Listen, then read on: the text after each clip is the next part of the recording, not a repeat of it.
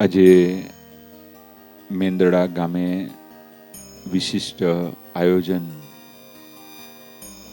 આ મંડળના સંતો હરિભક્તોએ કરેલું છે શાકોત્સવનું. અને પૂર્વે જેમ જણાવ્યું કે શાકોત્સવ ભગવાન સ્વામિનારાયણના સમયથી આપણા સંપ્રદાયમાં સમયે સમયે છે ઉજવતા આવ્યા છે. અને આ શાકોત્સવ ઉજવવાનો હેતુ એવો છે કે આપણે સૌ બધા એકત્રિત થઈએ, ભેગા થઈએ અને બધા ભેગા થાય, બધા એકબીજાને મળે, આત્મીયતા થાય,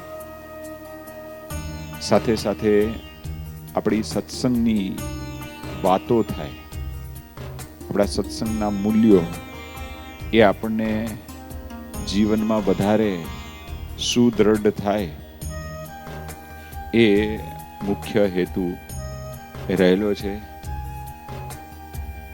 અને શાકોત્સવ જે કરીએ છીએ એની પાછળનો બીજો એક વિશિષ્ટ હેતુ એ છે કે આપણા મંડળમાં, આપણા પરિવારમાં, આપણા BAPS પરિવારમાં સંપ, સુહૃદભાવ, એકતા વધારે સુદૃઢ થાય. અને સત્સંગથી જ આપણા જીવનમાં સુખ, શાંતિ, સમજણ, સ્થિરતા, એ ધીરતા એ આવે છે. જેમ ગંગાનું ઉદ્ગમ સ્થાન ગૌમુખ છે, પ્રકાશનું ઉદ્ગમ સ્થાન સૂર્યદેવ છે. સવારે સૂર્ય ઉગે અને પ્રકાશ થાય, અને ગંગાનો પ્રવાહ છે સતત 24 કલાક ચાલે છે, કારણ કે ગૌમુખમાંથી એ પાણી આવે છે, મૂળ ઉદ્ગમ સ્થાન એ છે. એમ જીવનમાં બધાને જ શાંતિ જોઈએ છે, સુખ જોઈએ છે, આનંદ જોઈએ છે, પ્રગતિ કરવી છે. ગમે તેવા સુખ દુઃખના વાવાઝોડા આવે એમાં સ્થિર રહેવું છે, તો એનું ઉદ્ગમ સ્થાન છે સત્સંગ, રવિ સભા અને સત્પુરુષનો સમાગમ. સત્પુરુષના આદેશ પ્રમાણે આપણું જીવન બને.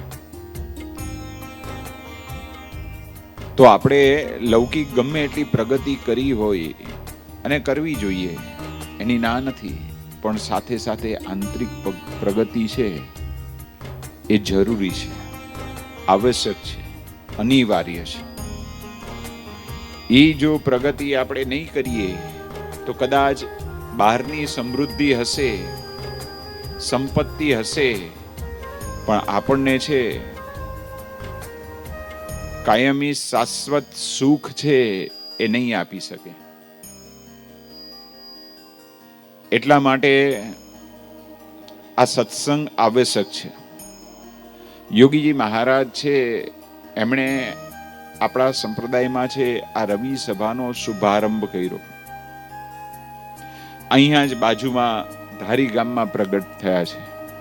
આપણે અહીંયા બાજુમાં જ છે, 25-30 કિલોમીટરનું જ અંતર છે. યોગીજી મહારાજની સ્મૃતિ કરીએ. એ જ યોગીજી મહારાજ મુંબઈમાં બિરાજમાન હતા, અને એ વખતે એક ચુસ્ત નિષ્ઠાવાન હરિભક્ત પરમ ભગવદીય હરિપ્રસાદભાઈ ચોકસી એ સત્સંગમાં યોગીજી મહારાજનો લાભ લેવા માટે આવતા, દર્શન માટે, સમાગમ માટે, કથા વાર્તાનો લાભ લે. બહુ બુદ્ધિશાળી અને ગવર્મેન્ટ એમ્પ્લોય, બહુ સારી પોસ્ટ હતી. એટલે એ લેવલના એના મિત્રો હોય, જે લેવલનું એને એજ્યુકેશન કર્યું હોય, જે લેવલમાં એ નોકરી ધંધો કરતા હોય, એ લેવલના એના સર્કલના, સોસાયટીના મિત્ર વર્તુળ હોય. એમ આમની બહુ સારી નામના, બુદ્ધિશાળી એમના એક મિત્ર હતા મિસ્ટર CP. હવે યોગીજી મહારાજના દર્શન કરવા, એની કથા વાર્તાનો લાભ લેવા, આશીર્વાદનો લાભ લેવા હરિપ્રસાદભાઈ જતા હતા. એટલે મિત્રના દાવે છે કે ચાલો આજે આપણે દાદર મંદિર રસ્તામાં આવે છે તો જતા આવીએ.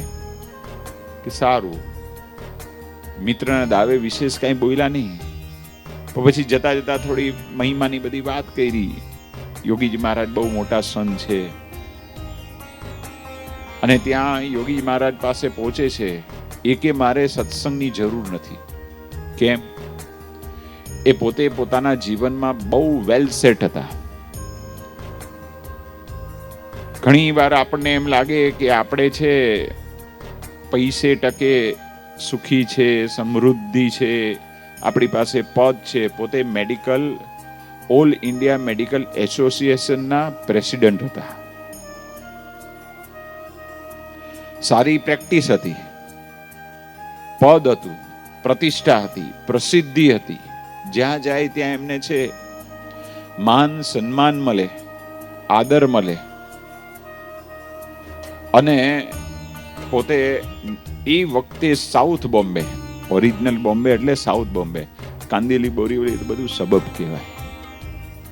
Nepean Sea road, Peddar road, Kemps corner, એ આમ ઓરિજિનલ બોમ્બે કહેવાય. આમ દરિયાની આજુબાજુ રહેતા હોય ને, હાઈરાઇઝ ટાવર હોય અથવા ડુપ્લેક્સ બંગલો હોય, એ દરિયાની લહેર આવ્યા કરે, એ ઓરિજિનલ બોમ્બે કહેવાય. ત્યાં એનો બંગલો હતો. એટલે કે મારે પૈસા છે, આ બધી સમૃદ્ધિ છે, મારી પાસે પદ છે, પ્રસિદ્ધિ છે, પ્રતિષ્ઠા છે, મારે ભગવાનની જરૂર હતી.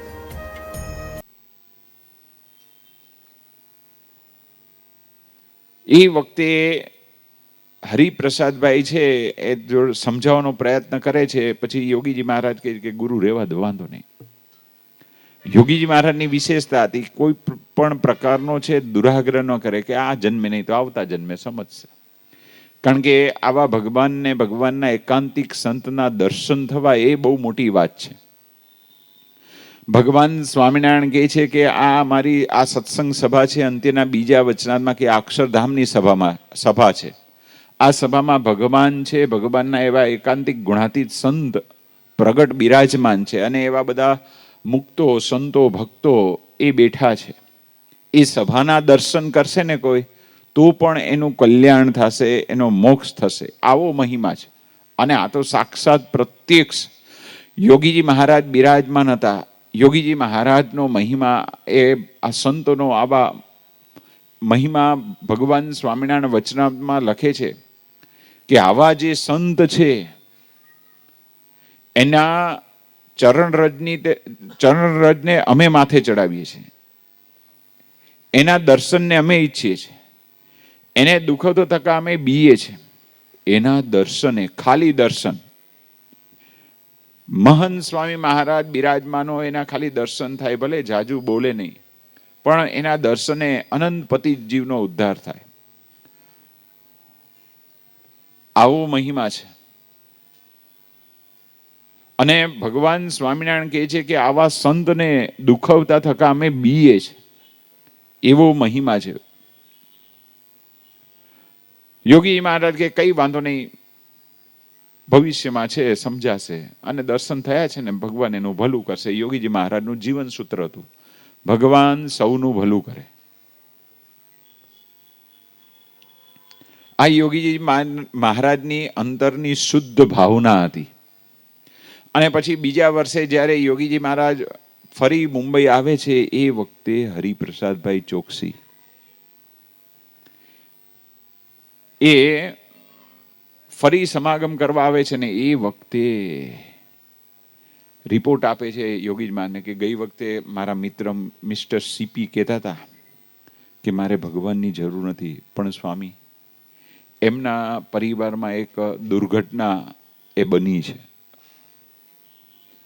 એમ કરીને વાત કરે છે કે એમના એકનો એક દીકરો 10મા ધોરણની બોર્ડની એક્ઝામ આપી હતી. એનું સોમવારે રિઝલ્ટ હતું અને શુક્રવારે ખબર નહીં અકસ્માતમાં છે ઘટના સ્થળે એમનું મૃત્યુ થયું છે.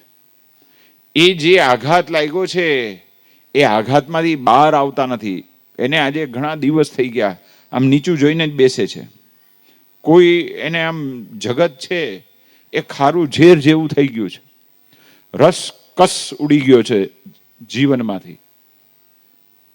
એ વખતે યોગીજી મહારાજ કે ગુરુ ચાલો આપણે એના ઘરે જઈએ, આશીર્વાદ આપવા જઈએ, બળની વાત કરીએ. એટલે આ એમના મિત્ર કે સ્વામી જવા દો ને, એને સત્સંગમાં રસ નથી. યોગી મહારાજ કે આવા સમય આપણે જઈએ અને આપણે હિંમત આપીએ, નવું જીવન એને પ્રાપ્ત થાય. એટલે પછી યોગી મહારાજનો આગ્રહ હતો એટલે જાય છે અને મળે છે. અને એ વખતે યોગીજી મહારાજ છે થોડી સાંખ્યની વાત કરે છે, જગત નાશવંત છે, સંતો પાસે શું હોય, પંચ વિષયની ખંડનની વાત કરે, ભગવાનના મહિમાની વાત કરે. આ જીવનનો ધ્યેય મનુષ્ય દેહ પ્રાપ્ત થવો એ દુર્લભ છે, ભગવાન ભજી લેવાના છે. આપણી જવાબદારી છે સંસાર વ્યવહારની એ નિભાવવાની છે, પણ સાથે સાથે ભગવાનનું ભજન કરવાનું છે, ભક્તિ કરવાની છે સમયે સમયે. એ આપણા સંસ્કાર છે. આ બધી વાત કરે છે ને પછી આપણે પરિવારના સભ્ય આવી રીતે મૃત્યુ પામે તો દુઃખ થાય, સ્વાભાવિક છે, લાગણી સાથે આપણે જોડાયા છે. પણ વાસ્તવિકતા જીવનમાં સ્વીકારવાની હોય છે. એટલે 5-10 મિનિટ યોગી મહારાજે વાત કરી, પોતે સ્વસ્થ થયા. જો એની પાસે બધું હતું, પદ હતું, પ્રતિષ્ઠા હતી, પ્રસિદ્ધિ હતી, પૈસા હતા, બંગલો હતો, ગાડી હતી, કયાગરા ધર્મપત્ની હતા, એ તમને વધારે અનુભવ હોય, તેમ છતાંય એના જીવનમાં જ્યારે આપત્તિ આવી, વિપત્તિ આવી, પ્રશ્ન આવ્યા, એ વખતે એ પોતે હતાશ થઈ ગયા, નિરાશ થઈ ગયા, નંખાઈ ગયા. એટલે કોઈએ ગર્વ કરવા જેવો નથી. ભગવાન માસ્ટર કલાકાર છે. કોરોનામાં બધાને અનુભવ થયો, દેશ પરદેશ આખા વિશ્વને. ભગવાન છે એની દિવ્ય શક્તિ એ જો જરાક આમ બદલાવે તંત્ર તો બધા કામે લાગી જાય. આખું વિશ્વ છે, વિશ્વના તમામ જે મુખ્ય દેશો છે એ લોકો પોતે આ રોગને છે રોકી ન શક્યા. અને એમાં કેટલા બધા વિશ્વમાંથી છે વ્યક્તિઓ છે એ મૃત્યુ પામ્યા, એના આપણે બધા સાક્ષી છે. અને આજે અહીંયા બેઠા છે એ બધા બચી ગયા. કે એ વખતે તો આમ દાડા ગણતા હતા, દિવસ ગણતા હતા. એમાંય જો એમ્બ્યુલન્સ જાય ને તો ધબકારા અહીંયા વધી જાય. બરાબર, અનુભવ છે ને. તો જો ભગવાને છે એ આપણને અનુભવ કરાવ્યો, એટલે ગર્વ કરવા જેવું નથી. જે ભગવાનને માનતા હોય, તમારી જે ઉપાસના હોય, તમારે જેમાં આસ્થા હોય, એ ભગવાનની આપણે ઉપાસના કરવી જોઈએ, ભક્તિ કરવી જોઈએ, થોડો સત્સંગ કરવો જોઈએ. આ આપણા સંસ્કાર છે. અને એની સામે જો સત્સંગી છે, આપણા આ જ વિસ્તારના જુનાગઢ શહેરના એક હરિભક્ત, એને પોતાને મોબાઈલની શોપ હતી, દુકાન. અને ખબર નહીં મોબાઈલમાં કંઈક શોર્ટ સર્કિટ થયું કે મોબાઈલ બ્લાસ્ટ થયો, અને એ પોતે તો હતા નહીં, અને મોબાઈલની દુકાનમાં છે આગ લાગી. હવે શું થાય એ વખતે? ગમે તેવો માણસ હોય એ હતાશ થઈ જાય, નિરાશ થઈ જાય. પણ આ પોતે સ્વસ્થ રહ્યા એનું કારણ રવિ સભા ભરતા હતા. એટલે અહીંયા જે આ શાકોત્સવ કર્યો છે, તો આપણે આજે નિયમ લેવાનો કે રવિ સભા ભરવી નિયમિત. અહીંયા સંતો તો એક મંડળ ફરે છે, કઈ દર રવિવારે અહીંયા ન આવી શકે. ઘણા બધા એમને મંડળો હોય, જવાનું હોય, 2-4 મહિને આવવાનું થતું હશે. પણ આપણે જેમ નોકરીની ગરજ રાખીએ છીએ, ધંધાની ગરજ રાખીએ છીએ, વહેલા ઉઠીને પહોંચી જઈએ છીએ, જેમ વિદ્યાર્થીઓ એ ભણવાની એ ગરજ રાખે છે, ખપ રાખે છે, એમ આપણે સત્સંગનો ખપ રાખવો. અને એ પોતે કહે છે મને આ સત્સંગ એ પ્રાપ્ત થયો, એનાથી મારા જીવનમાં એ સ્થિરતા છે. તો જો આ સત્સંગનો લાભ, એટલા બધા એ ભણેલા નહોતા, એની પાસે એટલું કદી બેંક બેલેન્સ નહોતું, એટલી પ્રતિષ્ઠા પ્રસિદ્ધિ નહોતી, પણ તેમ છતાં એના કરતા આગળ હતા.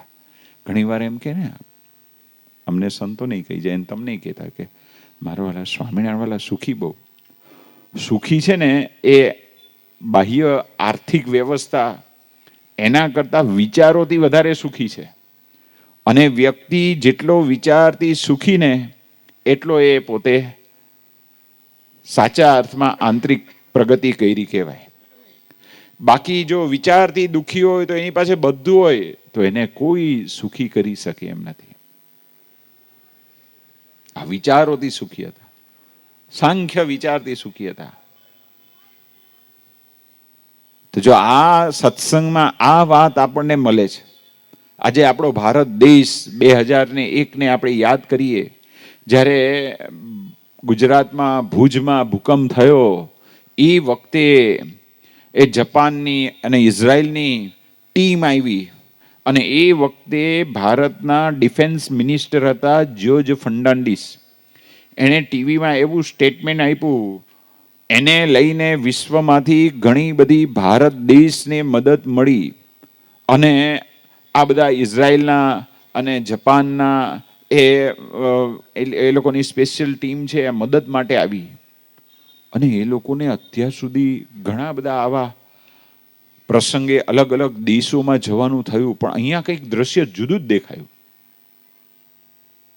ભારતમાં, ગુજરાતમાં અને ભુજમાં દ્રશ્ય એ હતું કે ભૂકંપ થયો અને ભૂકંપ થયા પછી BAPS સંસ્થા એમણે તરત જ રાહત કાર્ય ચાલુ કરી દીધું. એ વખતે આપણા ત્યાં સંતો હતા પૂજ્ય દેવચરણ સ્વામી, એમણે બધું છે તાત્કાલિક બપોરે ગરમ ગરમ ભોજન વ્યવસ્થા કરી. સવારે 9 વાગે ભૂકંપ થયો અને બપોરે ભોજનની વ્યવસ્થા. ઘણા બધા ઘર ટાવર જૂના હોય 25-50 વર્ષ એ ધ્વંસ થઈ ગયા, પડી ગયા. રાતોરાત બધા રોડ પર આવી ગયા. આવી પરિસ્થિતિ. અને બીજે ત્રીજે દિવસે આ ટીમ આવી જાય છે અને જોયે છે તો અહીંયા બધા આનંદમાં છે. કારણ આ ભારત દેશ છે, ભગવાનમાં શ્રદ્ધા ધરાવે છે, ભગવાનની ઈચ્છાથી જીવન જીવે છે. પરિવારના સભ્ય ગયા છે પણ પોતે સ્વસ્થ હતા. એને આ દ્રશ્ય જોઈને છે આશ્ચર્ય સમાય નહીં. તો જો આપણી આ સંસ્કૃતિ છે, એ વખતે છે એ બધા પોતાના જીવનમાં સ્થિર રહ્યા, સાથે આપણા જે રાહત રસોડા ચાલતા હતા એમાં સેવામાં જોડાઈ ગયા હતા. પીરસવામાં, શાકભાજીમાં, સપ્લાયમાં, સ્વચ્છતા વિભાગમાં, જ્યાં જેવી જરૂર પડી એવી. તો જો આ ભારત દેશ છે, આ ભારતની સંસ્કૃતિ છે, આ ભારતનો વારસો છે, આ ભગવાનમાં શ્રદ્ધા, એના દર્શન એમને થયા. હવે આ કોરોના આવ્યો અને એ વખતે વેસ્ટર્ન પશ્ચિમ દેશમાં એની શરૂઆત થઈ, જર્મનીમાં આવ્યો. એ વખતે છે જર્મનીમાં કોરોના આવ્યા પહેલા જ છે ત્યાં ઇલેક્શન થયું ને જે તે પક્ષ છે ચૂંટાયા, એમાં એ પક્ષના મિસ્ટર થોમસ એ ફાઇનાન્સ મિનિસ્ટર હતા. ફાઇનાન્સ મિનિસ્ટર બને એટલે કેટલા ભણેલા હોય, હોશિયાર હોય, બધી સૂક્ષ્મ દ્રષ્ટિ હોય, ગણતરી હોય, ત્યારે ફાઇનાન્સ મિનિસ્ટર બનાવે ને, એમને એમ ન બનાવે ને. હવે ફાઇનાન્સ મિનિસ્ટર થયા પણ એને એમ થયું કે હારું આ કોરોના આવ્યો અને આપણે જર્મની દેશની છે GDP ડાઉન થશે, જર્મની દેશના જે પ્રજાજનો છે એ દુઃખી થશે, એ વિચાર એને ચોંટી ગયો. હવે એના હાથની ક્યાં વાત હતી? વિચાર એટલો બધો ચોંટી ગયો, એમ કરતા કરતા એણે જે પોતાનું જીવન છે ટૂંકાવી દીધું. શા માટે? એને પોતાને એમ થયું કે હવે હું દેશને આગળ નહીં લઈ જઈ શકું. અરે ભાઈ, પણ વાસ્તવિક પરિસ્થિતિ સ્વીકારો. ઠંડી હોય તો શું લાગે? ઠંડી લાગે ને. તમારે ઠંડીને તમે રોકી નહીં શકો, તમારે એની વ્યવસ્થા કરવાની. જાહેરમાં અત્યારે બેઠા છે તો માથે જે ટોપી પહેરો, મફલર પહેરો, સ્વેટર પહેરો, પગમાં મોજા પહેરો, હાથમાં મોજા પહેરો, તકલીફ હોય તો. એની ના નથી. સિઝન આવી કે ઠંડી આવી, મરી ગયા. હવે મરી ગયા એમાં શું? ઘણા બોલે મરી ગયા. એટલે શું મરી ગયા? એમાં ઠંડી કાંઈ એમાં જતી નથી રહેવાની. એમાં આપણે પરિસ્થિતિનો સ્વીકાર કરી વ્યવસ્થા કરવાની છે. આપણી પાસે પૈસાની વ્યવસ્થા હોય તો ઘરે હીટર રાખો. ઉનાળાનો સમય હોય અને ગરમી પડતી હોય અને એમાંય સૌરાષ્ટ્રમાં વધારે ગરમીનો પારો ઊંચો હોય તો ભાઈ તમારે ઘરમાં એસી નાખો, ઓફિસમાં એસી નાખો.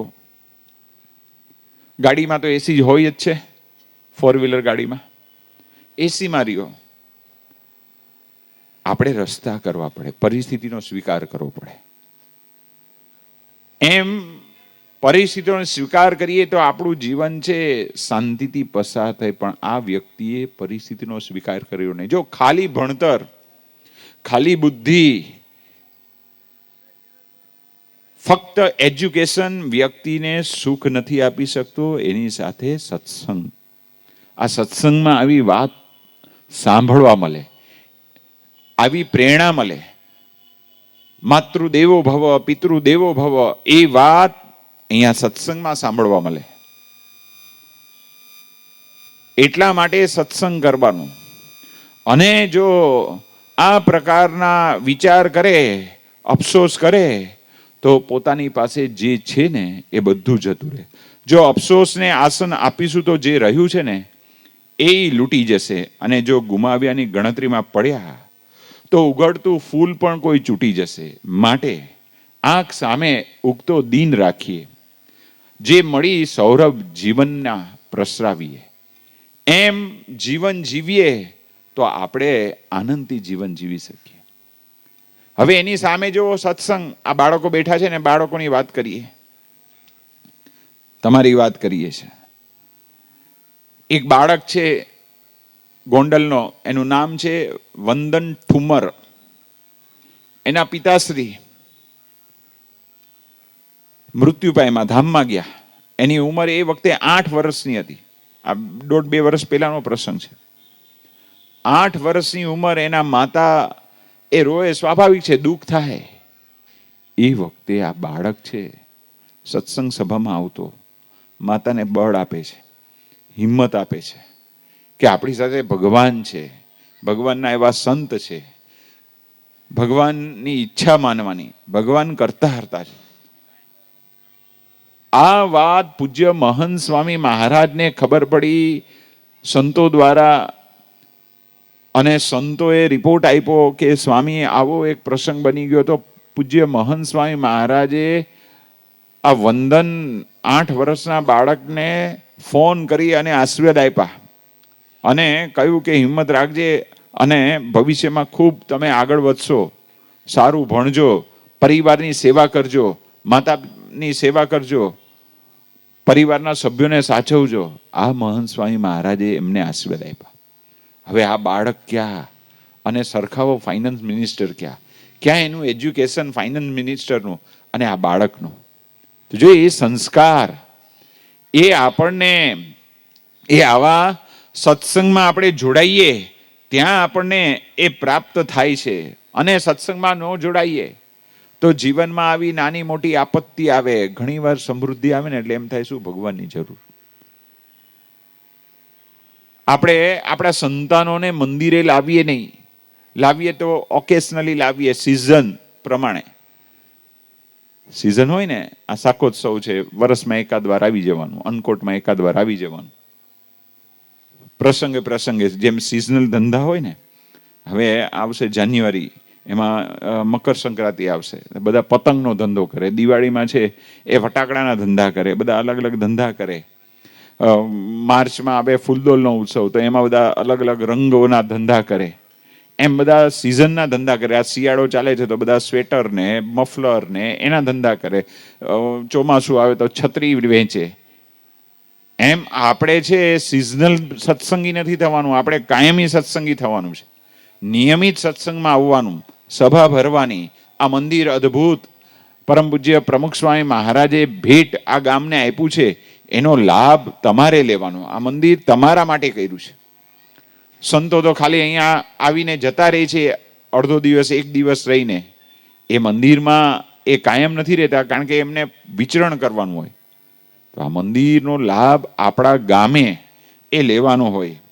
તો આ પરિવારમાં જુનાગઢના એક પરિવાર ખૂબ સુખી સંપન્ન, 10મા ધોરણની પરીક્ષા આવતી હતી. હવે ભગવાનની કૃપાથી 2 વર્ષ સરકારે છે ને વિદ્યાર્થીઓને પ્રમોશન આપ્યું, એટલે એમને આગે બળો, પાસ કરી દીધા. અને 8મું 9મું પસાર થઈ ગયું. અને એ વખતે ઓનલાઈનમાં જે અભ્યાસ કેવો કર્યો એ તો આપ સૌ જાણો છો. અને આ તો પાછો સુખી સંપન્ન ઘરનો છોકરો, ખૂબ લાડમાં ઉછરેલો, અને એકનો એક દીકરો, અને પોતે સુખી સંપન્ન. પરીક્ષા આવી, એને ટેન્શનમાં કે પરીક્ષા આપીશું, નપાસ થશે તો આપણે સમાજમાં શું મોઢું બતાવશું, એમાં શું નપાસ નથી થતા. જે ભણે એ ફેલે થાય અને પાસે થાય. સ્કૂલમાં જાય, કોલેજમાં જાય, એની પરીક્ષા લેવાય. જે સ્કૂલમાં કોલેજમાં જાય જ ને એની પરીક્ષા થોડી લેવાય. એ વિચાર એટલો ચોંટી ગયો તો એણે પોતાનું જીવન ટૂંકાવી દીધું. કેમ? સમાજને મોઢું શું બતાવીશ? અરે ઘરે બેઠા બેઠા ખાઈને એટલી જમીન હતી, 100 વીઘા જમીન, એટલું બેંક બેલેન્સ, શેર બજારના ડોક્યુમેન્ટ્સ, બંગલો, ગાડી, બીજું ત્રીજું, સમૃદ્ધિ હતી. એમાં શું મૂંઝાવાનું? અને એની સામે જો સત્સંગ, યોગીજી મહારાજનો સત્સંગ હતો ચુનીભાઈ ચાતુર્વેદીને. 10મા ધોરણમાં કેટલી વાર આઈપી ટ્રાયલ ખબર છે? 7 વાર ટ્રાયલ આપી, 7મી ટ્રાયલે પાસ થયા, અને તોય છાતી કાઢીને ચાલે. એમાં શું ફેલ થાય? મૂંઝાવાનું શું? અને અહીંયા ઘણા બધા બેઠા છે, એ સામાન્ય અભ્યાસ કર્યો છે પણ ધંધો સારામાં સારો કરતા હશે. એવું નથી, ભણે એ જ આગળ વધે. આપણા નિર્માના કરશનભાઈ એ 8મા ધોરણ સુધી જ ભણેલા છે, પણ ધંધો છે એ સારામાં સારો કરે છે. નિર્મા કંપની એને ખૂબ આગળ વધારી. એજ્યુકેશન બરાબર છે, જરૂરી છે, પણ એજ્યુકેશન એ સર્વસ્વ નથી. ઘણી વાર છે આપણે એજ્યુકેશનને જ સંપૂર્ણ મહત્વ આપીએ અને સમાજમાં લોકો શું વિચારશે, આપણને ચિંતા શેની હોય છે? લોકોની બહુ હોય છે. લોકોને કાંઈ પડી નથી. આપણે નવા કપડાં છે ને એમ પહેર્યા હોય ને, ડ્રેસ ક્લોથ લીધા હોય, અને આપણે આમ નીકળીએ ને તો 2 જણ પૂછે નહીં ને ત્યાં સુધી આપણે સંતોષ ન થાય કે યાર કોઈ નોંધ લીધી નહીં. એમાંય આપણે આમ નવો મોબાઈલ લીધો હોય ને આઈફોન લીધો હોય, આમાં આમ જોઈએ અને આઈફોનનું એ સિમ્બોલ બતાવીએ, એટલે કોઈક પૂછે કે ઓહ આઈફોન લીધો, બસ ફી પૂરી. લોકો નોંધ લે ને એના માટે આપણે બધા પ્રયત્નો કરતા હોઈએ છીએ. પણ લોકોના પ્રમાણ ઉપર જીવવાનું નહીં, કઈ વાંધો નહીં, બીજી વાર પરીક્ષા આપો, એમાં ક્યાં પ્રશ્ન છે? એમાં કઈ મૂંઝાવાની જરૂર નથી. તો જો આ સત્સંગમાં છે આ વાત સાંભળી હોય તો વ્યક્તિ છે પોતાના જીવનમાં છે સ્થિર રહી શકે. ભુજના એક ડોક્ટર, એ પોતે મેડિકલમાં એને એડમિશન મળી ગયું, પછી માંડ 60% આવે, અને એના જ ક્લાસમેટ એક વિદ્યાર્થી એને 90% આવે થ્રુ આઉટ. હવે જ્યારે પ્રેક્ટિકલ લાઈફમાં, જો થિયરીમાં 90%, આમને 60%, અને જ્યારે પ્રેક્ટિસ ચાલુ કરી એ વખતે આ ડોક્ટર છે 60% વાળા, આગળ કોણ હોવા જોઈએ? 90% વાળા ને, બરાબર ને? એની બુદ્ધિ, એની વિચાર શક્તિ, એને જે આ પોતે પરીક્ષા આપી એનું એને સ્મરણ બહુ સારું રહે, યાદ બહુ સારું રહે. પણ તમને આશ્ચર્ય થશે, આગળ કોણ વધ્યું? 60% વાળા, 60% વાળા ડોક્ટર. અને એ ડોક્ટર એ પરદેશ જાય, અમેરિકા જાય, જ્યાં મેડિકલ સેમિનાર હોય, કોન્ફરન્સ હોય, એમાં પોતાનું પ્રવચન હોય, અને એ બીજા વિશ્વના ડોક્ટરોને છે એ પોતાની લાઈનની પ્રેક્ટિકલ વાત કરે. એટલે ઘણીવાર જીવનમાં એવું આપણે જોવા મળે છે કે કદાચ એજ્યુકેશન ઓછું વધતું હોય એનો અર્થ એવો નથી કે ભણવું નહીં, ભણો, સારામાં સારું ભણો, પણ અમુક બુદ્ધિની મર્યાદા હોય એ સ્વીકારવી જોઈએ. એ સ્વીકારીએ તો શાંતિ રહે. અને મા બાપને પણ બહુ હોય કે ભાઈ અમારો દીકરો ડોક્ટર જ થાય, અને બહુ પ્રેશરમાં હોય, અને મા બાપ વિદ્યાર્થીની સાથે છે એ વધારે જાગરણ કરે, ઓલાને પ્રેશર આપે. એમાં શું ભાઈ, સ્વીકારી લ્યો. આ BAPS સંસ્થા, પ્રમુખ સ્વામી મહારાજ, એટલી વિરાટ સંસ્થા, આટલા સંતો, એટલા હરિભક્તો, એ બધું એ સંચાલન કરે. એમાં પ્રમુખ સ્વામી મહારાજ પણ સંતોને સંસ્કૃત અભ્યાસ કરવાની બધી એ વ્યવસ્થા કરી. એમાં મુંબઈમાં એક સંત હતા, સંસ્કૃતની પરીક્ષા આપતા, અને પરિણામ આવ્યું, ફેલ થયા. એ કે હવે આપણે પ્રમુખ સ્વામી મહારાજને રિઝલ્ટ શું બતાવીશું? સ્વાભાવિક છે, દુઃખ થાય કે ભાઈ પ્રમુખ સ્વામી મહારાજે આપણા માટે બધી એજ્યુકેશનની ફીની વ્યવસ્થા કરી. એ વખતે આપણી સંસ્થાની આર્થિક પરિસ્થિતિ એ નબળી હતી, તેમ છતાંય બધી વ્યવસ્થા પ્રમુખ સ્વામી મહારાજે કરી. પુસ્તકની, ફીની, પછી એના માટે છે પ્રોફેસર રાખ્યા, પછી ટ્રાન્સપોર્ટેશનની બધી વ્યવસ્થા, મેડિકલની જે જરૂરી હોય. અને તેમ છતાંય હવે રિઝલ્ટ આવ્યું, એ તો પ્રમુખ સ્વામી મહારાજને બતાવવું જ પડે, કહેવું જ પડે. પત્ર લખી અને જણાવે છે કે સ્વામી, મારી કચાશને લઈ પોતે નિષ્કપટ થાય છે, અને હું છે આ વખતે ફેલ થયો છું, પણ મને હૃદયમાં બહુ દુઃખ છે. પ્રમુખ સ્વામી મહારાજે પત્ર વાંચ્યો, સ્વામી પાસે ગયા, પત્ર પહોંચ્યો, એટલે પછી સ્વામીએ છે એ પત્રનો ઉત્તર લખ્યો. સાંભળજો વડીલો, માતા પિતા, સાંભળજો. પ્રમુખ સ્વામી મહારાજ પત્ર લખે છે કે તમારું પત્ર વાંચીને ખૂબ આનંદ થયો. આપણે શું થાય? પ્રમુખ સ્વામી મહારાજ આગળ લખે છે કે આ વખતે તમે છે ને ડાબા હાથે 1લો નંબર આવ્યો છે. હવે આવતા વર્ષે ફરી પ્રયત્ન કરજો, અમે ભગવાનને પ્રાર્થના કરશું, અને તમે પુરુષાર્થ કરજો, જમણા હાથે 1લો નંબર લાવજો. આ પ્રમુખ સ્વામી મહારાજ. કઈ વાંધો નહીં, થાય ફેલ, એમાં કઈ આપણે સંતાન ઉપર બહુ પ્રેશર આપવાની જરૂર નથી. એને પરિસ્થિતિનો સ્વીકાર કરવાનો, તો આપણે આપણા જીવનમાં છે એ આનંદમાં રહીએ. આ હમણાં જ 2 મહિના પહેલાનો પ્રસંગ છે, અમદાવાદ શહેરનો. આપણા સત્સંગી પરિવાર સુકન હાઇટમાં રહે, અને ટાવરનું નામ સુકન હાઇટ, પણ એ સુકન હાઇટમાં આપસુકન થયું. શું થયું? Short circuit. બાજુના ટાવરમાં છે આપણા હરિભક્તો રહેતા, એને સમાચાર મળ્યા કે ભાઈ સુકન હાઇટમાં છે કંઈક શોર્ટ સર્કિટ થયું છે, અને આ બધું આગ લાગી છે. એટલે એને એમ થયું કે ચાલો ને આપણે તપાસ કરીએ.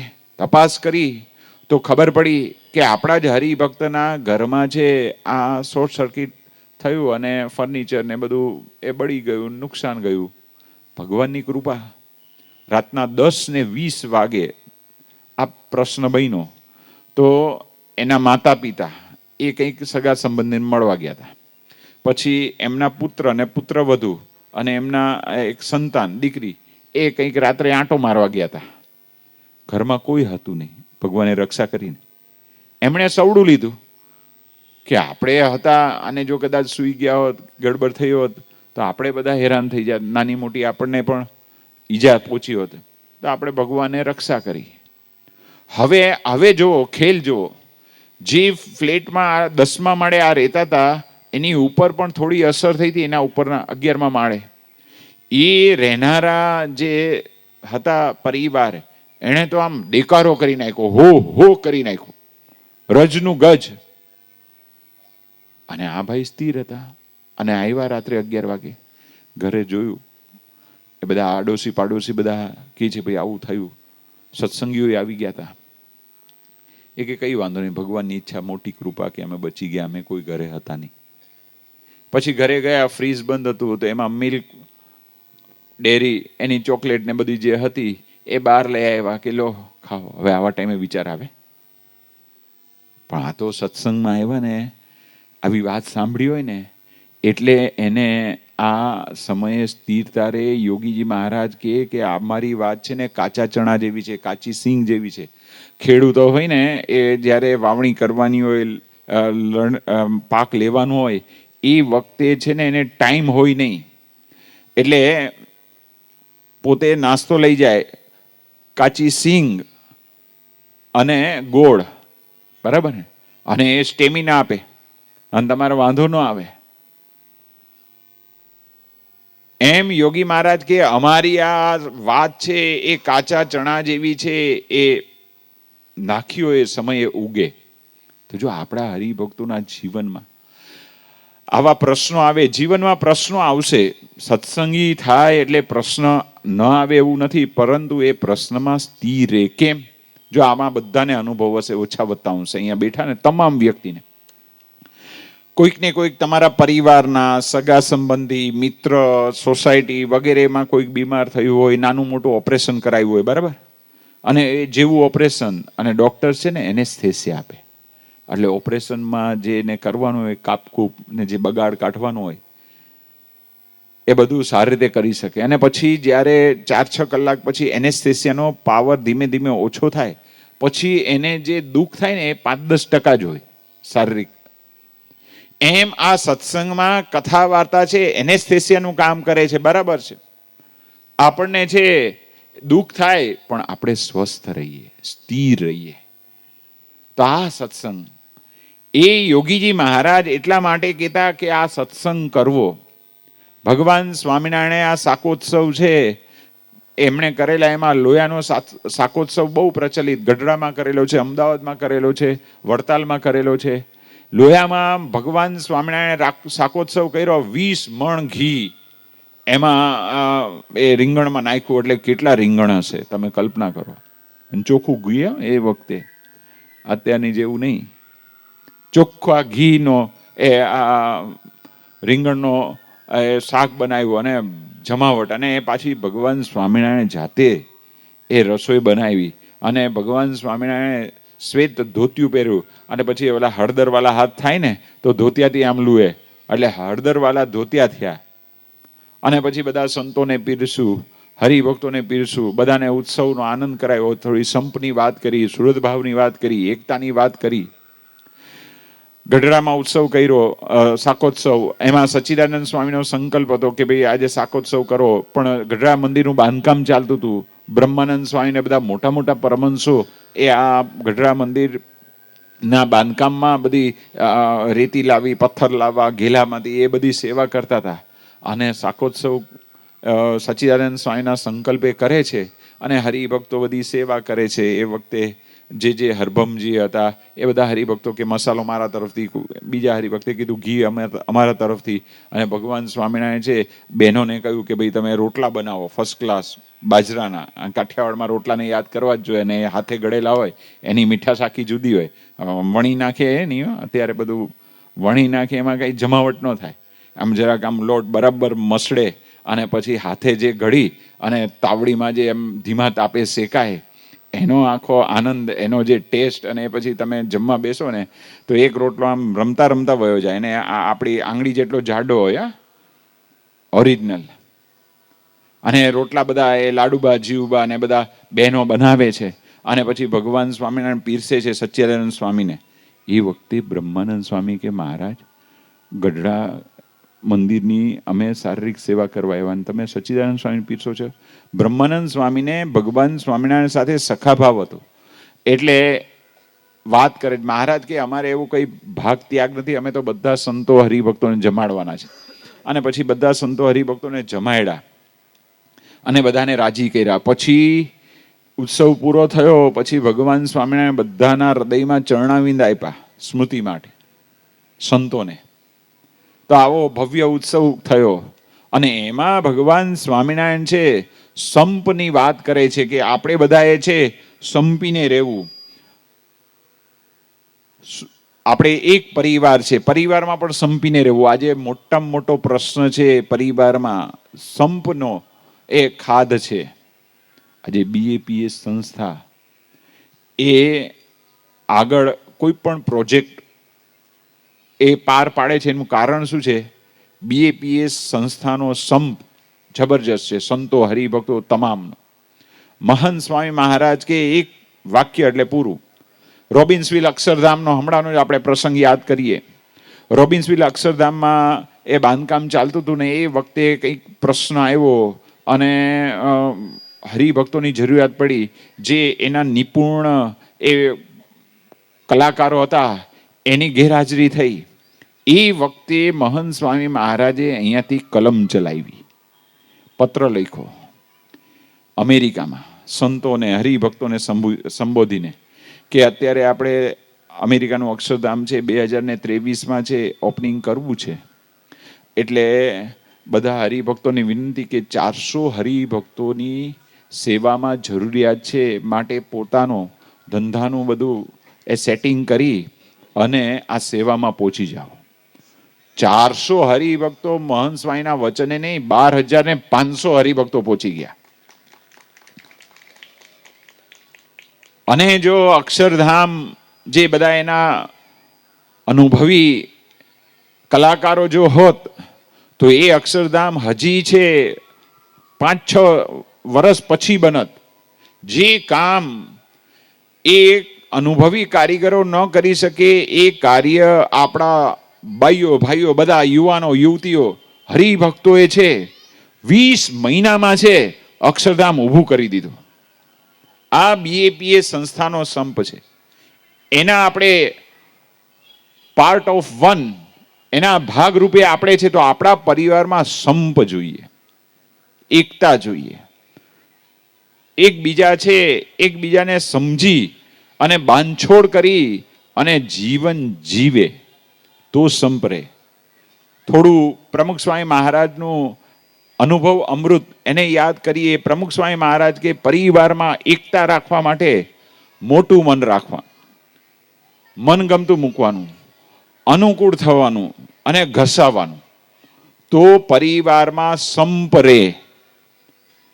એક પરિવાર મુંબઈમાં, હવે એ પોતે છે સારામાં સારું કમાતા, મ્યુઝિક ઇન્ડસ્ટ્રીઝમાં એની સારી નામના, પછી સારું કમાતા હતા તો એ સામાન્ય ઘરમાં રહેતા હતા. પછી એના પરિવારના એમના ધર્મપત્ની કે હવે આપણે તો બહુ સારું કમાવશો તો આપણે જરાક ફ્લેટમાં રહેવા જઈએ. કંઈ વાંધો નહીં, ફ્લેટમાં રહેવા ગયા અને થોડા વર્ષ ફ્લેટમાં રહ્યા. અને પછી છે કોરોના પહેલા, હવે કેવું છે સમયે સમયે ધંધો છે બદલાતો રહે, માર્કેટમાં એની પરિસ્થિતિ પરિવર્તિત થતી હોય. હવે નેટ પર બધા જ મ્યુઝિક તમને છે ને અવેલેબલ પ્રાપ્ત થાય. એટલે હવે આમનો છે ધંધો છે ધીમે ધીમે ઘટતો ગયો. 6 મહિના સુધી એને કાંઈ ધંધો મળ્યો નહીં. એટલે એમણે ધીમે રહીને કીધું ઘરે, ત્યાં તો ધીમે રહીને કેવું પડે ને, ધીમે રહીને કીધું એમના ધર્મપત્નીને કે આપણે હમણાં 6 મહિનાથી ધંધો ચાલતો નથી. એ વખતે એમના ધર્મપત્ની કહે છે કેમ ન ચાલે, આખી દુનિયા ન ચાલે, તમારો કેમ ન ચાલે? એ કે પણ નથી ચાલતો. આપણું જે ઘર છે એ ત્યાં આપણે રહેવા જવું પડશે, કારણ કે આ ભાડું આપવું પોસાતું નથી. એમના ધર્મપત્ની કે એ તમારો વિષય છે, હું મારા અંગત મોજ શોખ મારી રહેણી કહેણી નહીં બદલું. આ પરિવાર કહેવાય? પરિવારમાં પ્રશ્ન આવ્યો હોય તો સુખે સુખી દુખે દુખી. એની સામે એક આપણો સત્સંગી પરિવાર. હવે એક બિલ્ડરને ત્યાં નોકરી કરે, 1 વર્ષ સુધી છે બિલ્ડરના દેશકાળ બદલાયા જે કારણોએ. 1 વર્ષ સુધી એને પગાર છે આપતા નથી. અને સત્સંગી પરિવાર એટલે એમને કંઈ બીજા ખોટા ખર્ચા ન હોય એટલે એમણે બધું થોડું સેવિંગ કરી રાખ્યું હોય, બેંકમાં બેલેન્સ હોય. એ વખતે એમના ધર્મપત્ની એમના પતિદેવને કહે છે કે કંઈ વાંધો નહીં, આ સમય છે ને અત્યારે થોડો કઠણ સમય છે આપણા માટે, એ નીકળી જશે. એ કે અમે પણ નોકરી કરવા જઈશું, તમે ચિંતા નહીં કરતા. આને શું કહેવાય? પરિવારની ભાવના. અને આ પરિવારની ભાવનાની પ્રેરણા ક્યાંથી મળી? આપણી રવિ સભામાંથી, આપણી પરાસભામાંથી, આપણા પ્રમુખ સ્વામી મહારાજ મહંત સ્વામી મહારાજના વચને એ જીવન જીવે. જો આને પરિવાર કહેવાય. અને એ પરિવાર આજે છે એ બહુ સારી રીતે સુખી સંપન્ન રીતે જીવન જીવે છે, પોતાનો ફ્લેટ થઈ ગયો, એનો દીકરો મોટો થઈ ગયો, એને સારી નોકરી થઈ, એને 18 લાખનું પેકેજ છે અને શાંતિથી ઘરમાં ગાડી આવી ગઈ. તો આ પરિવાર, એ પરિવારમાં છે આપણે સંપ રાખવાનો, થોડું જતું કરવાનું. હવે હું છે ને તમને પ્રશ્ન પૂછીશ, આ પ્રસંગ કહીશ, પછી તમારે જવાબ દેવાનો છે બધા ભાઈઓએ, ગભરાયા વગર, મૂંઝાયા વગર. આપણે કંઈ ખોટો જવાબ દેશો તો કંઈ બીજો કોઈ પ્રશ્ન નહીં થાય. એક પરિવારમાં પ્રશ્ન એવો બન્યો કે અતિથિ આવ્યા, મહેમાન આવ્યા. હવે આપણા કાઠિયાવાડમાં મહેમાનને આપણે બહુ સારી રીતે સરભરા કરીએ, અતિથિ દેવો ભવ. એટલે મહેમાન આવે છે એટલે એમના માતા પિતાએ છે શરબત બનાવેલું મહેમાન માટે ફર્સ્ટ ક્લાસ. એટલે એના યુવાન દીકરાને કીધું કે બેટા શરબત લઈ આવ. અને એ જ વખતે આ યુવાન એનો દીકરો છે ને, એના મિત્રો આવ્યા અને નીચેથી ફોન બૂમ પાડી કે હું આવી ગયો છું. યુવાનીમાં છે ને મિત્ર છે ને ભગવાન કહેવાય. પછી બેચલરમાંથી પાછો મેરેજ થાય પછી એમના ભગવાન બદલાઈ જાય. એટલે એનું મન ક્યાં ગયું હતું? યુવાન નીચે એના મિત્રમાં. પણ હવે પિતાશ્રીએ કીધું એટલે આજ્ઞા કીધા તો છોકરો લેવા ગયો શરબતની ટ્રે અને લઈને છે બધા મહેમાન બેઠા હતા એને આપે છે એક પછી એક. એમાં છેલ્લો ગ્લાસ છે ને આપતા એના હાથમાંથી સરી ગયો. એટલે કાચનો ગ્લાસ હોય તો શું થાય? ફૂટે. કાચનો ગ્લાસ છે. અને પછી હવે શું થયું હોય હવે તમે કયો. મહેમાનની હાજરીમાં દીકરાને શું કીધું હોય? તમારો અનુભવ કહો, બોલો. હવે જેને બોલવું એ છૂટ છે, બોલો. ખીજાણા હોય, બરાબર. હવે એનો એ જ કાચનો ગ્લાસ છે, મહેમાનના કોઈ સભ્યથી તૂટી ગયો હોય તો તમે શું કહો? બરાબર. કાચનો ગ્લાસ એનો એ છે. એનો એ જ કાચનો ગ્લાસ કોઈ પ્રતિષ્ઠિત વ્યક્તિ, મહાનુભવ વ્યક્તિ, ઉદ્યોગપતિ, એના મિત્રો હોય એનાથી તૂટ્યો તો શું કહો? વાગ્યું નથી ને, સુકન થયું. જો હવે આમ જરાક જીભ ખુલી, બધાની ધીમે ધીમે આમ ખુલે છે જીભ. હવે એ કાચનો ગ્લાસ એના ઘરમાં 5 વર્ષથી વપરાય છે. એટલે પૈસા શું થઈ ગયા? વસૂલ. 5 વર્ષથી વપરાય છે. અને હવે તમારા ઘરે કોઈ સંતો આવ્યા હોય, તમને ભાવ હોય, સંતો આવે એટલે તમે એની આગતા સ્વાગતા કરો, ફળ ફ્રૂટ રાખો, ડ્રાય ફ્રૂટ રાખો, પછી આ પુષ્પના હાર છે એ રાખો. અને અત્યારે હાર ઓછામાં ઓછો 50 રૂપિયાનો આવે છે મિનિમમ. તમે ગણો, સામાન્ય હાર હોય ને.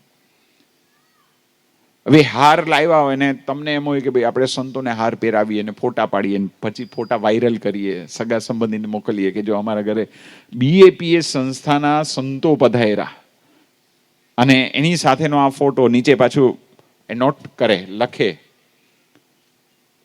બરાબર. પછી એ હાર ક્યાં જાય? 2 મિનિટ પછી ડસ્ટબિનમાં. બરાબર. હવે હું તમને પ્રશ્ન પૂછું છું, તમે બીમાર થાવ, ધારો કે તમારા ઘરમાં રાત્રે, એવા ભગવાનને પ્રાર્થના કરીએ કે કોઈ બીમાર જ ન પડે, પણ એવું તો શક્ય નથી. બધા બીમાર ઓછા વત્તા અંશે પડે જ છે વહેલા મોડા. શરીરના દરેકના અલગ અલગ ભાવ હોય, મર્યાદા હોય. અને એ વખતે તમે રાત્રે બીમાર પડો ત્યારે તમને પહેલું કામ કોણ લાગશે? તમારા ઘરના સંતાન કામ લાગશે કે પછી તમારા ઘરે અતિથિના જે સભ્યો આવ્યા, મહેમાન આવ્યા એ કામ લાગશે કે પ્રતિષ્ઠિત મહાનુભાવ કે ઉદ્યોગપતિના સંતાન કામ લાગશે? કોણ લાગશે? હવે તમે કહો. તો સૌથી રૂજુ સંબંધ ક્યાં હોવો જોઈએ? પરિવાર સાથે. તો પ્રમુખ સ્વામી મહારાજ કહે છે કે મોટું મન રાખો, થોડું જતું કરો, ચલાવી લ્યો. Done is done, can not undone if you go to London. થઈ ગયું છે, થઈ ગયું, સ્વીકારી લ્યો. કાચનો ગ્લાસ તૂટી ગયો છે, એ કંઈ હવે પાછો આવવાનો નથી. એમ ઘરમાં આ તો આપણે કાચના ગ્લાસનું દ્રષ્ટાંત દીધું, પણ ઘણી વાર દૂધ ઉભરાય, ઘણી વાર શાકમાં ગડબડ થાય. મૂળ ન હોય ને તો શાક ટેસ્ટફુલ ન બને. સારી તમે એમની ઈચ્છા નો પૂરી કરી હોય ઘરનાની તો મૂળ ન હોય, તેવું બને. તો એ વખતે શાંતિથી જમી લેવાનું, ચલાવી લેવાનું. પ્રમુખ સ્વામી મહારાજ આખી છે. અને પ્રમુખ સ્વામી મહારાજે સમયે સમયે એવા પ્રસંગો સંસ્થામાં બનેલા તે ચલાવી લીધું છે. આ પ્રમુખ સ્વામી મહારાજની વિશેષતા 1985માં ગુણાતીતાનંદ સ્વામી દ્વિશતાબ્દી મહોત્સવ અમદાવાદમાં 59 દિવસનો ઉજવાતો હતો. 5 વર્ષથી એનો ઉદ્ઘોષ ચાલતો હતો અને એ ઉત્સવનું ઓપનિંગ થાય છે. અને આખું નગર ઊભું કરેલું, સ્વામિનારાયણ નગર, ગુણાતીત નગર ઊભું કરેલું. અને એ નગરમાં મુખ્ય પ્રવેશ દ્વાર અદ્ભુત બનાવેલું, કલા કોતરણી વાળો.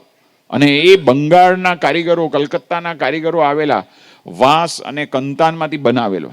પણ ભગવાનનું કરવું કોઈક વ્યક્તિના ઈર્ષાભાવથી, પૂર્વગ્રહથી, ઉત્કર્ષ ન ખમવાથી, જે કારણ હોય એને કોકે છે શું થયું, કાંડી લગાડી, આગ લાગી, જે કારણથી લાગી.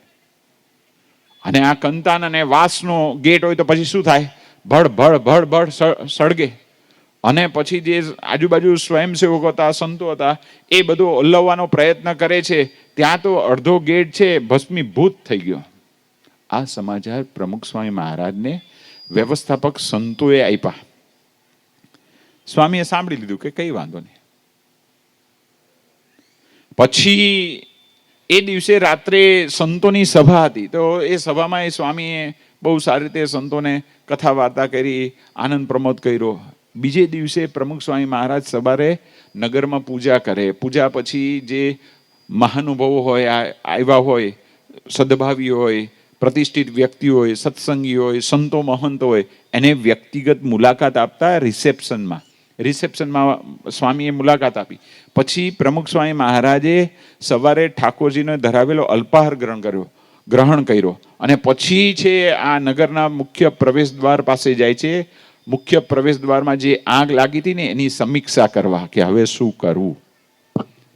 એ વખતે જે આ કાર્યમાં જોડાયેલા સંતો હતા એ બધો પોતપોતાનો અલગ અલગ ઓપિનિયન આપે છે કે આપણે સ્વામી હજી તો 3 દિવસ થયા, 3-4 દિવસ તો ગેટ જ કાઢી નાખે. અને બધા જાત જાતના બધા ઓપિનિયન આપતા હતા. સ્વામીએ બધાના ઓપિનિયન સાંભળ્યા. પછી સ્વામીએ ધીમે રહીને કહ્યું કે અત્યારે ઘણા બધા સ્વયંસેવકો છે, મિસ્ત્રીનું કામ છે, જાણકાર છે, સંતો પણ આ લાઈનના થોડાક જાણકાર છે. તો આપણે છે ને અડધો ગેટ છે એ ગેટ જોઈ અને બીજો અડધો ગેટ ઊભો કરી નાખો. અમે ભગવાનને પ્રાર્થના કરશું અને તમે પ્રયત્ન કરજો અને થઈ જશે. અમારો એવો આગ્રહ છે કે આ પ્રકારે તમે ફરી ગેટ કરો. અને સંતોએ ને હરિભક્તોએ વચન છે સ્વામીનું સ્વીકાર લીધું. અને પછી 3 દિવસમાં છે યથાવત જેવો હતો ને એવો ગેટ થઈ ગયો. અને એ દિવસથી સંસ્થામાં ડેકોરેશન વિભાગની ટીમ સંતો હરિભક્તોની તૈયાર થઈ. જો આ પ્રમુખ સ્વામી મહારાજ. અને હમણાં શતાબ્દી મહોત્સવ થયો પ્રમુખ સ્વામી મહારાજનો, એમાં આપણે નગર આખું જોયું ને, ગ્લો ગાર્ડન, એ કરનાર કોણ હતા? કોઈ પ્રોફેશનલ વ્યક્તિ નહોતા, આપણા સંતો અને હરિભક્તો હતા. તો જો જીવનમાં પ્રશ્ન બને એ વખતે એ પ્રશ્નનો સ્વીકાર કરવાનો. મહંત સ્વામી મહારાજ, એ પ્રમુખ સ્વામી મહારાજ અત્યારે આ મહંત સ્વામી મહારાજ દ્વારા કાર્ય કરે છે.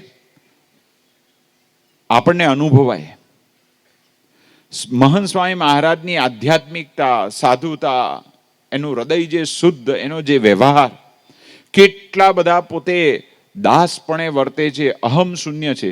આ નગર થયું બધી એમની પ્રેરણા કૃપાથી થયું. ક્યાંય નગરમાં પોતાનું નામ નહીં. જે મોન્યુમેન્ટ સ્મૃતિ ભેટ આપે એમાં ક્યાંય ફોટો નહીં. તો પણ મહંત સ્વામી મહારાજ છે કોઈ વ્યક્તિગત કોઈ સંતો પાસે કે કોઈ હેતવાલા હરિભક્તો સાથે કશું જ બોલ્યા નથી. જો આ અહમ શૂન્ય નીતર છે ને, જરાક અહમ હોય ને તો ગડબડ થાય છે, બોલાઈ જ જાય.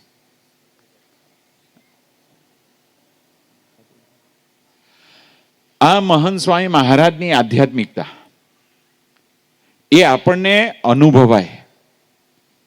અને આધ્યાત્મિકતાથી આપણા જીવનમાં જે શાંતિ રહે, સુખ રહે. એવા મહાપુરુષ મહિલા છે તો એમનો આગ્રહ છે કે આપણા જીવનમાં છે આપણે સંપીને રહીએ, સંસ્કારયુક્ત જીવન જીવીએ. જો જીવનમાં છે પ્રેરણા આવા ગુરુ આપે છે. 2015-16 પ્રસંગ છે મુંબઈમાં. વિશ્વની 3 જગ્યાએ છે કે જ્યાં 1 લાખ રૂપિયા સ્ક્વેર ઇંચનો ભાવ છે.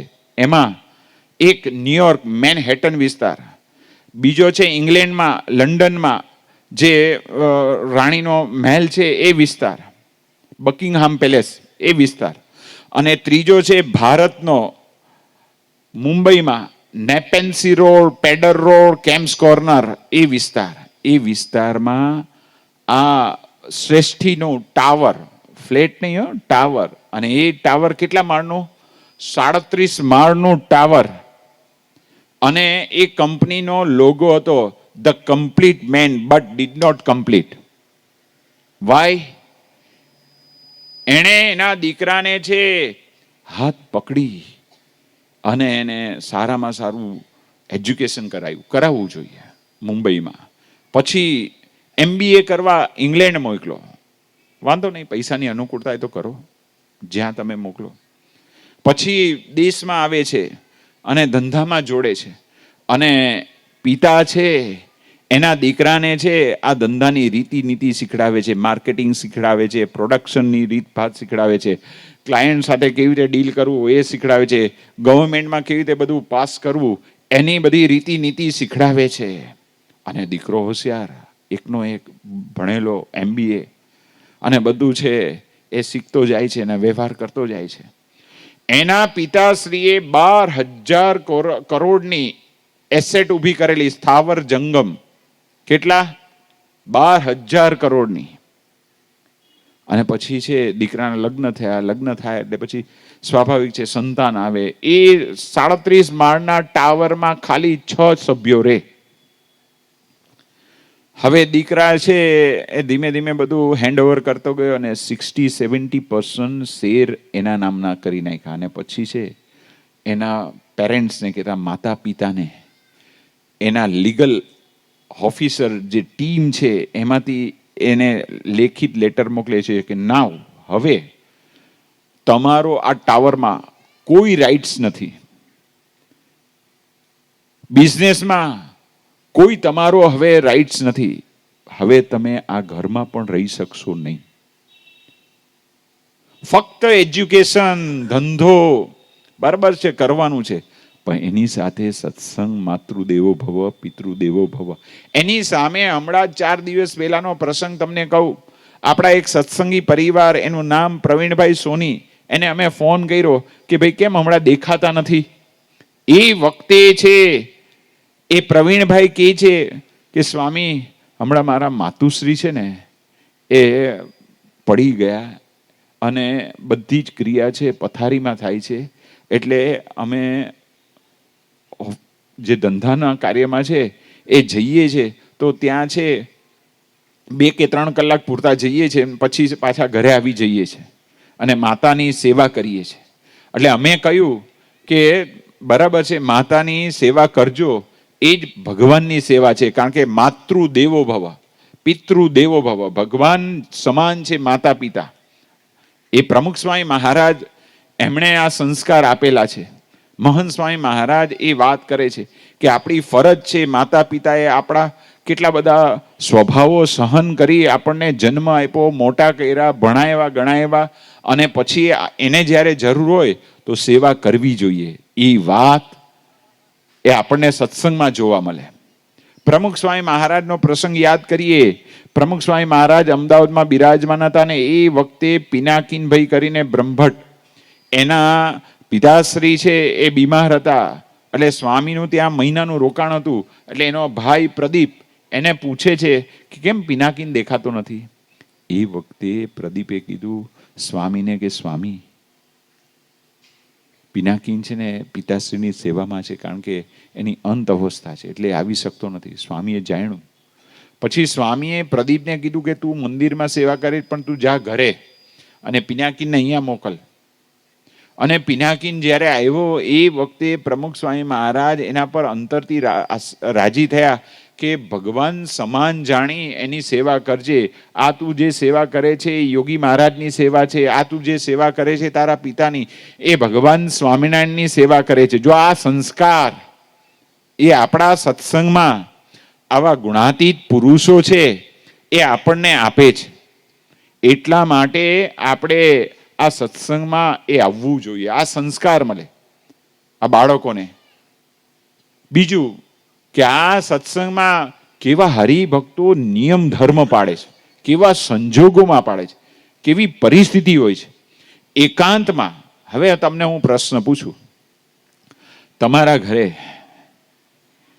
તમે મહેમાન આવે એ વખતે મહેમાન માટે તમે છે ને ફર્સ્ટ ક્લાસ ડ્રાયફ્રૂટ, સોલ્ટી પિસ્તા, બદામ, કાજુ, ચોખ્ખા ઘીમાં શેકેલા હોય, તળેલા હોય, અને મહેમાન આવ્યા અને પછી મહેમાન છે એ જતા રહે અને પછી તમારા ઘરના જે સભ્યો હોય એકલા હોય અને ડીશ હોય, પછી ડીશની શું પરિસ્થિતિ થાય એ કયો તમે? શું થાય પરિસ્થિતિ? ડીશ આમ ચોખ્ખી થઈ જાય ને. કેમ? કોઈ જોનાર નથી. હવે હું તમને જે પ્રસંગ કહું છું ને એ મનીષભાઈ મોદી, શિલોંગ, એ ડિફેન્સમાં એની નોકરી, એને પ્રમોશન મળે કર્નલનું. એ વખતે એના સિનિયરે કીધું કે તમને અમે પ્રમોશન આપીએ છીએ. કે કંઈ વાંધો નહીં, પણ કે એ વાત કરી અઠવાડિયા પહેલા કે તમને પ્રમોશન આપીશું ત્યારે આપણી રીત છે કે આલ્કોહોલ, એટલે સમજી ગયા આલ્કોહોલ એટલે કલરફુલ પાણી. અત્યારે તો પાણી પડીકામાં આવે છે, પ્લાસ્ટિકમાં આવે છે, ખબર ન પડે. પાણી પીતા હોય એવું લાગે, જ્યુસ પીતા એવું લાગે લોકોને, અને કલરફુલ પાણી. એ કે ભાઈ હું તો સત્સંગી છું, હું BAPS નો છું, પ્રમુખ સ્વામી મહારાજનો શિષ્ય છું, હું સ્વામિનારાયણ ભગવાનનો આશ્રિત છું, હું દારૂ નહીં લઉં. તો કે તો તમને પ્રમોશન નહીં મળે, ગરમ થઈ ગયા. એ કે તો તમારી ઈચ્છા, શાંતિથી, મારે પ્રમોશન જોતું નથી. નિયમ ધર્મના ભોગે મારે પ્રમોશન મેળવવું નથી.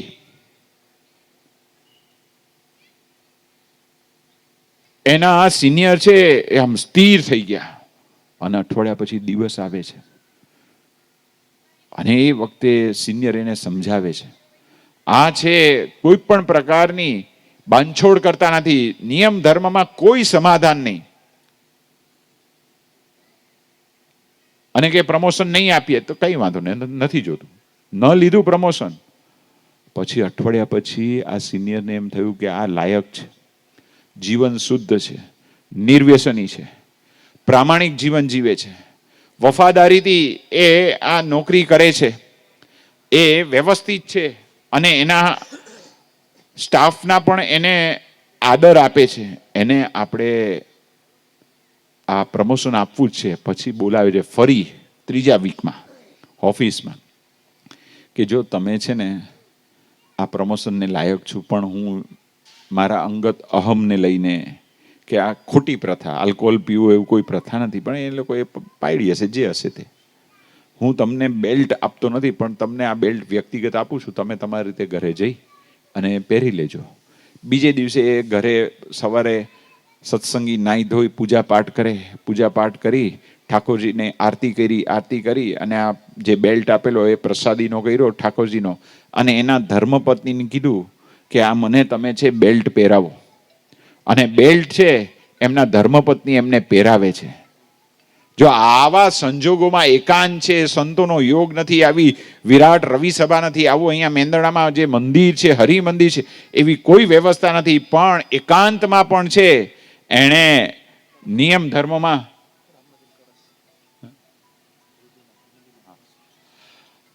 ધર્મમાં કોઈ બાંધછોડ એ કરી નહીં. આ BAPS ના સત્સંગી હરિભક્તો આ નિષ્ઠા, આ નિયમ ધર્મ, આ પ્રામાણિકતાથી એ પોતે સત્સંગ કરે છે. ખૂબ આનંદની વાત છે કે અયોધ્યામાં જે રામ મંદિર થવાનું છે એના કળશ આજે આપણી સભામાં છે એ લઈ આવેલા છે બધા વ્યવસ્થાપકો. એને આપણે આવકારીએ છીએ, અભિનંદન આપીએ છીએ, સાથે સાથે પ્રાર્થના કરીએ છીએ કે 22મી જાન્યુઆરીએ બહુ જ ભવ્ય અને દિવ્યતાથી જે રામ ભગવાનની, રામ લલ્લાની એ પ્રતિષ્ઠા થવાની છે, તો આપણે બધાએ એક માળા કરવી કે એમાં કોઈ પ્રકારનું વિઘ્ન ન આવે અને સારી રીતે એ રામ ભગવાનનું મંદિર અયોધ્યામાં એ વ્યવસ્થિત પ્રતિષ્ઠા થાય અને વિશ્વમાં એનો ડંકો વાગે અને ભારતના પ્રત્યેક વ્યક્તિઓ એ રાજી થાય એવી ભગવાન એમને સદબુદ્ધિ આપે અને ઘરે ઘરે આ રામ ભગવાન મંદિરની પ્રતિષ્ઠા થાય છે તો આપણે દિવાળીની જેમ ઉત્સવ જે સરકારે આપણને કહ્યું છે એ પ્રમાણે આપણે આ ઉત્સવ ઉજવીએ. દિવાળીની જેમ આપણે ફટાકડા દીવા પ્રગટાવીએ, એનો આનંદ માણીએ અને આખો માહોલ આખો દેશ એ આ રામ ભગવાનની પ્રતિષ્ઠામય બને એવું આયોજન એ સરકારે કરેલું છે. તો એમાં આપણે સાથ સહકાર આપીએ અને એમાં પણ આપણે જોડાઈએ. આ પણ આપણા હિન્દુ સનાતન ધર્મની એ વિશેષ સેવા ગણાશે. તો આ સેવામાં આજે અહીંયા વિરાટ સંખ્યામાં બધા હરિભક્તો પધારેલા છે, તો એ બધા જોડાય. આપણે વાત કરતા હતા આ સંસ્કારની, તો આ સંસ્કાર આવા સત્પુરુષના સંગે એ પ્રાપ્ત થાય છે. મહંત સ્વામી મહારાજ એવી પ્રેરણા આપે છે. આપણે હમણાં BAPS સંસ્થાએ પ્રમુખ સ્વામી મહારાજ શતાબ્દી મહોત્સવ ઉજવ્યો અને શતાબ્દી મહોત્સવના ચરમ અને પરમ કાર્યક્રમ હતો 18મી જાન્યુઆરી 2013 સ્વયંસેવકોની અભિવાદન સભા. જે 80,000 સ્વયંસેવકોએ સેવા કરી એ સેવાની નોંધ વિશ્વના તમામ નાના મોટા વ્યક્તિઓએ લીધી અને જે સભામાં સ્ટેજ ગેસ્ટ દેશ અને પરદેશના આવતા બધાના મુખમાં જો પહેલું વાક્ય નીકળતું હોય કે આ સ્વયંસેવકોની વફાદારી, સ્વયંસેવકોની પ્રામાણિકતા, સ્વયંસેવકોની સેવા ભાવના, સ્વયંસેવકોનો સમર્પણ ભાવ, સ્વયંસેવકોની નિષ્ઠા, એમના ગુણગાન ગાતા મહંત સ્વામી મહારાજ પણ આ સ્વયંસેવકોની સેવાથી છે એ રાજી થાય છે અને પત્ર લખે છે, આશીર્વાદમાં પત્ર વાંચન કરે છે.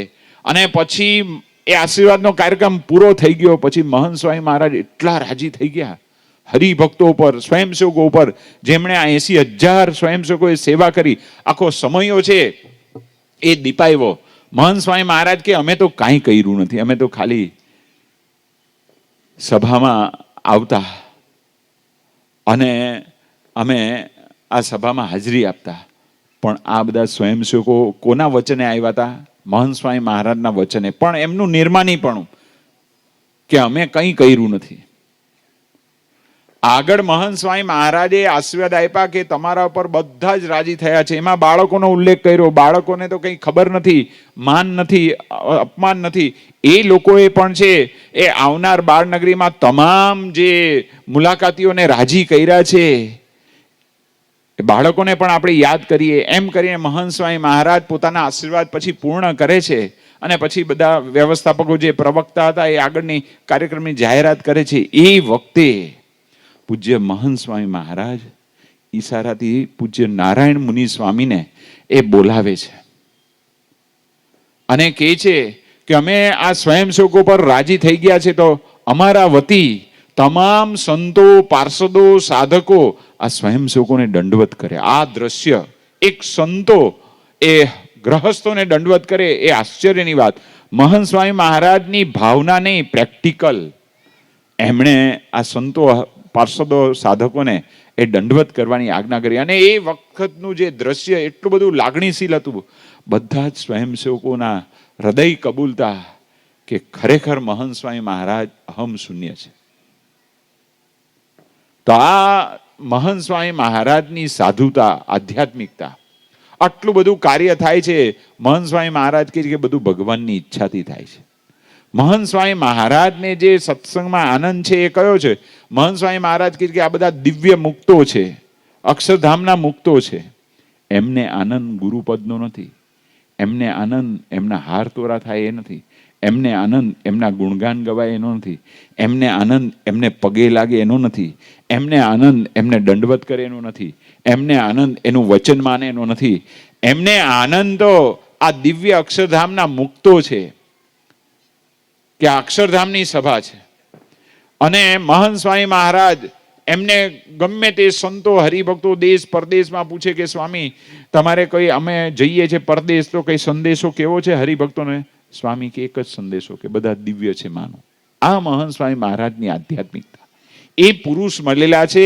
એ પુરુષના વચને આપણે નિયમિત રવિ સભા ભરીએ પરાસભા ભરીએ, આપણા નિયમ ધર્મ જાળવીએ, સંસ્કાર માતૃદેવો ભવ પિતૃદેવો ભવ એ સંસ્કારની અહીંયા વાત થાય તો એ વચન પ્રમાણે આપણે જીવન જીવીએ તો મહંત સ્વામી મહારાજ આપણા ઉપર હૃદયથી રાજી થાય અને આપણા પરિવારમાં એકતા રાખીએ, આપણા પરિવારમાં વ્યસન દૂષણ પેશે નહીં, અને પેઠા હોય તો ભગવાનને પ્રાર્થના કરીએ કે આજથી એને તિલાંજલિ આપીએ અને આપણે આપણા ઈષ્ટદેવ અને ગુરુને સાચા અર્થમાં રાજી કરી શકીએ.